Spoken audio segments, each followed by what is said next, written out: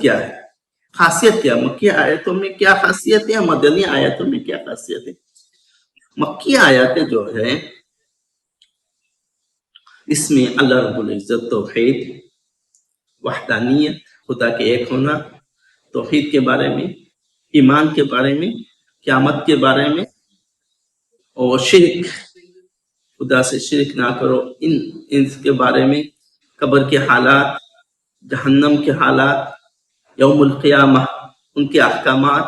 وہ تمام چیزیں زیادہ تر مکی آیت مکیہ میں اللہ رب العزت نے بیان کیا ہے۔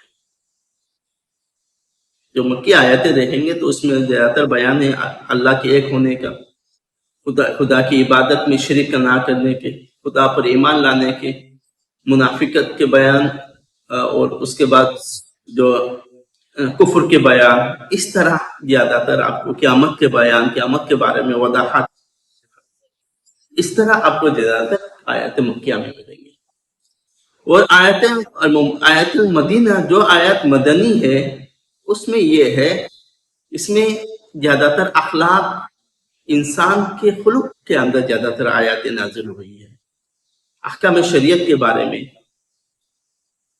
اور انسان کو یعنی مدنی انسان کو اپنی زندگی کو کس طرح خدا کے راہ میں بسر کرنے کے طریقے کیا ہے،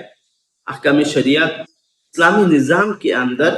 لوگوں کو رہن سہن کس طرح رہنا ہے، کس طرح زندگی بسر کرنا ہے، خدا کی عبادت کیسے کرنی ہے، خدا کو راضی کیسے کرنی ہے، اس طرح چیزیں زیادہ تر مدنی آیات میں آپ کو ملیں گے۔ السلام علیکم۔